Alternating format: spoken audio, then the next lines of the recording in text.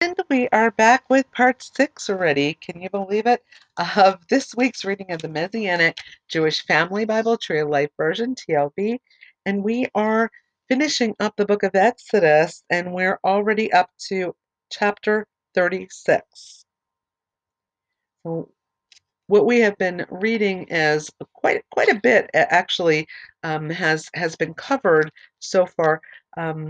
God's instructions on how the tabernacles to be, down to the very specifics, how B'nai Israel had actually turned their back on God, had a molten calf meat so they could worship the molten calf because they kind of didn't know what happened to Moses. He was up on the mountain, and so they kind of ran amok and got themselves into trouble. But now they have a heart for God. Um, as we ended chapter 35, and they're all contributing to do what God has wanted them to do, and has asked them to do, to be able to worship, um, and to give their contributions for the offerings for the tabernacle. So chapter 36 is more than enough. So Bezalel and Oholiab are to work along with every wise-hearted man in whom Adonai has placed insight and understanding to know how to perform all the labor for the service of the sanctuary, according to everything Adonai had commanded. Then Moses called Bezalel and Aholiab and all the wise-hearted men in whose minds Adonai has set wisdom, along with everyone whose heart stirred him up to come to do the work. They received from Moses the entire offering that B'nai Israel had brought for the work of the service of the sanctuary to build it. They brought freewill offerings to him morning after morning. Then all the skilled men who were doing all the work of the sanctuary came, one by one, from the work he was doing, and said to Moses, "The people are bringing much more than enough for the work of this construction that Adonai has commanded to be done." So Moses gave an order, and they proclaimed it throughout the camp, saying, "Let neither man or woman make anything else as an offering for the sanctuary," because they had enough at that point. So the people were restrained from bringing more, for the work material that they had was sufficient for all the work, with much left over. So all the wise-hearted men among them did the work. They made the tabernacle with 10 curtains of finely twisted linen, along with the blue, purple, and scarlet with cherubim, the work of a skillful craftsman. The length of each curtain was 28 cubits, and the width of each curtain was 4 cubits. All the curtains had one measure. Then he coupled 5 curtains to one another, and the other 5 curtains he also coupled together. He made 4 loops on the edge of the curtain that was outermost within the first set. He did the same along the edge of the curtain that was outermost in the second set. He made 50 loops in one curtain and 50 loops on the edge of the curtain that was on the second set, so that the loops were opposite to one another. Also, he made 50 clasps of gold and coupled the curtains one to another with a clasp, so the tabernacle was one. Then he made curtains from goat hair for a tent over the tabernacle. He made 11 curtains. The length of each curtain was 30 cubits, and the width of each was 4 cubits. The 11 curtains had one measure. He coupled 5 curtains by themselves and 6 other curtains by themselves. He made 50 loops on the edge of the curtain that was the outermost in the first set, and 50 loops on the edge of the curtain that was the outermost in the second set. Also, he made 50 bronze clasps to couple the tent together so that it would be one. Then he made a covering for the tent of ram skins, dyed red, along with a covering of seal skins above. He also made the framework of boards for the tabernacle from acacia wood, standing upright. The length of a board was 10 cubits. The width was a cubit and a half. Each board had 2 supports joined one to another. He did this for all the boards of the tabernacle. So he built the boards for the tabernacle, 20 boards from the south side southward, and he made 40 silver bases under the 20 boards, 2 bases under one board for its supports, and 2 bases under another board for its supports. Also for the second side of the tabernacle on the north side, he made 20 boards, along with their 40 silver bases, 2 under one board and 2 under the next. For the back part of the tabernacle westward, he made 6 boards. He also made 2 boards for the corners of the tabernacle in the back, so that they could be doubled underneath, and in the same way to be fixed to the top at the first ring. He did this for both of them at the 2 corners. So there were 8 boards along with silver bases, 16 in all, 2 under each board. Then he made crossboards from acacia wood, 5 for the boards on one side of the tabernacle, 5 for the boards on the other side of the tabernacle, and 5 crossbars, for the boards of the tabernacle for the back part, westward. He built the middle crossbar to pass through in the center of the boards from one end to the other. He overlaid the boards with gold and made golden rings for them as holders for crossboards, and overlaid the crossboards bars with gold. Boy, I'm getting tongue-tied here. Crossbars, not boards. I'm saying bars and boards too much. Then he made the curtain of blue, purple, scarlet, finely twisted linen, along with the cherubim, the work of skillful craftsmen. He made 4 pillars of acacia and overlaid them with gold, having golden hooks, and he cast 4 silver bases for them.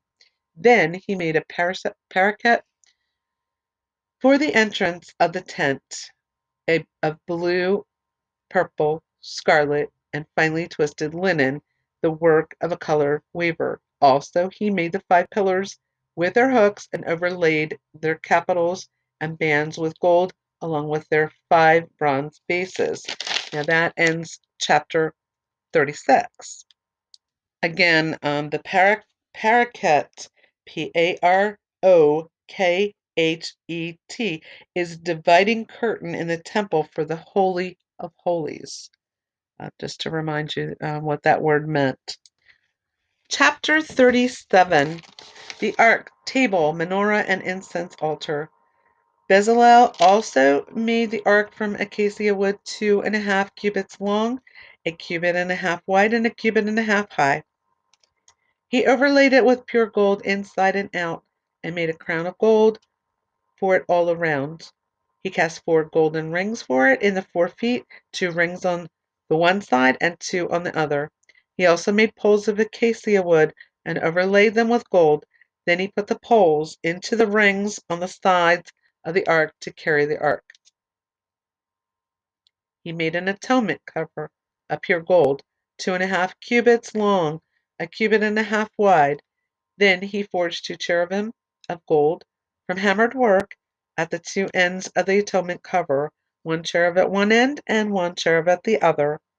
He made the atonement cover from a single piece with the cherubim on the 2 ends.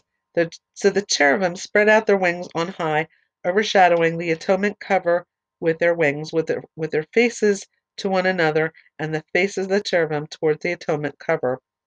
Then he made the table of acacia wood, 2 cubits long, 1 cubit wide, and 1.5 cubits high. He overlaid it with pure gold and made a golden crown all around. Also he made a border for it, a hand width around, and made a golden crown for the border all around. He cast 4 golden rings for it, and put the rings into the 4 corners that were on the 4 feet. The rings were close to the borders as holders for the poles to carry the table. He also made the poles of acacia wood and overlaid them with gold to carry the table.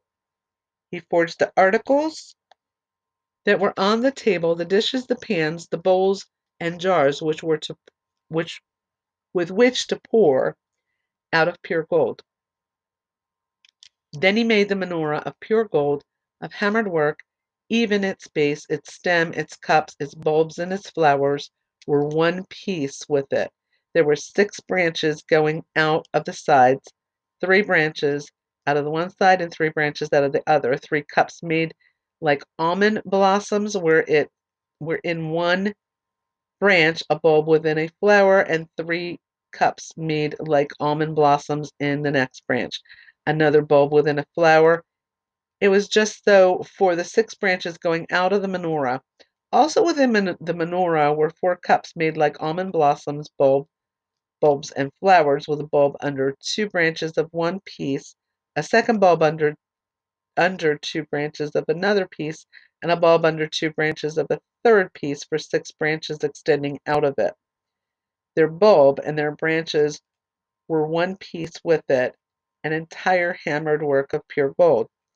He also made the 7 lamps, along with tongues and censers of pure gold. He made them from a talent of pure gold, along with all the pieces. He made the altar of incense from acacia wood, a cubit long, a cubit wide, squared, and 2 cubits high. The horns were one piece with it. Then he overlaid it with pure gold on top and on the sides all around and over its horns. Also, he made a crown of gold for it all around. He made 2 golden rings for it underneath the crown, and 2 sides as holders for poles in order to carry it. He made the poles of acacia wood and overlaid them with gold. Then he made the anointing oil and the pure incense of sweet spices, the blend of a perfumer. So then we have chapter 28, the altar for sacrifices. There's a lot. We're going to have more than 7 parts probably to this, I'm sure. Um, this is a long one because there's so much involved with this lesson this week. So altar for sacrifices. He then made the altar for burnt offering from acacia wood. It was square, 5 cubits long, 5 cubits wide, and 3 cubits high. He also made the horns on the 4 corners from one piece and overlaid it with bronze. Then he made all the utensils for the altar, the pots and the shovels, the basins, the forks, and the fire pans. He made all the utensils from bronze. He also made a bronze grating net for the altar under the ledge around it, reaching halfway up. He cast 4 rings for the 4 ends of the bronze grating to be holders for the poles. He made the poles of acacia wood and overlaid them with bronze. Then he put the poles into the rings on the sides of the altar to carry it, and he made it hollow out of boards. He made the basin and the base from bronze, with mirrors from the women who served at the entrance of the tent of the meeting. Then he made the courtyard for the south side. The hangings of the courtyard were finely twisted linen, 100 cubits long. They, there were 20 pillars and 20 bronze bases. The hooks of the pillars and their bands were silver. Likewise, from the north side, 100 cubits long, with 20 bronze pillars and bases, and the hooks for the pillars and their bands were silver. For the west side, the hangings were 50 cubits with 10 pillars and their 10 bases, as well as the hooks for the pillars and their silver bands. Likewise, for the east side, 50 cubits long. The hangings for one side of the gate were 15 cubits with 3 pillars and their bases. Similarly, for the other side, on either side of the gate of the courtyard were hangings of 15 cubits with their 3 pillars and 3 bases. All of the hangings of the courtyard all around were of finely twisted linen. The bases for the pillars were bronze, the hooks of the pillars and their bands were silver, and the overlayings of the capitals were silver, and all the pillars of the courtyard were ringed with silver.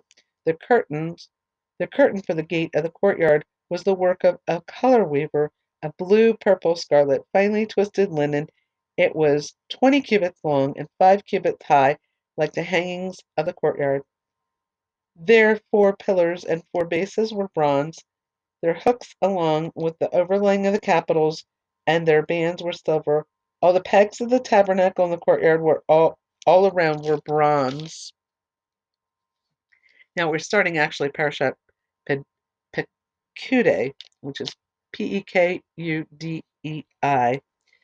There, these are the accounts of the tabernacle of the testimony as they were recorded according to the commandment of Moses by the service of the Levites. under the hand of Ithamar son of Aaron the Kohen. Bezalel son of Uri, son of Hur, of the tribe of Judah, made all that Adonai commanded Moses. Along with him, Aholiab, son of Ahisamach, of the tribe of Dan, a craftsman, a skillful workman, and a weaver of colors in purple, in blue, purple, scarlet, and fine linen. The entirety of the gold that was used for the work of the sanctuary, including the gold of the offering, with 29 talents and 730 shekels, according to the sanctuary shekel, the silver from those numbered from the congregation was 100 talents, and 1,775 shekels, according to the sanctuary shekel. That is a beka, or half a shekel per head, according to the shekel of the sanctuary, for everyone who was recorded from 20 years old and upward, for 603,550 men. The 100 talents of silver were for casting the bases of the sanctuary and the bases for the inner curtain, 100 bases for 100 talents, a talent for each base. The 1,775 shekels he made into hooks for the pillars, overlaid their capitals, and made bands for them. The bronze from the offering was 70 talents and 2,400 shekels. With it he made the bases for the entrances of the tent of the meeting. The entrance, sorry, there's only one entrance, of the tent of meeting, the bronze altar, the bronze grating, all the utensils for the altar, along with the bases of the courtyard all around, the bases for the gate of the courtyard, as well as all the pegs of the tabernacle and the pegs for the courtyard all around. So that is the end of chapter 38. A talent is of silver, and it contains silver contained 3,000 shekels. Just little tidbits here. So chapter 39, I am going to come back with the next part because we're already over the limit. Wow, I am just hitting over the limit. Way over 15 minutes in most of these, so hopefully they do upload. So I will be back with the next part.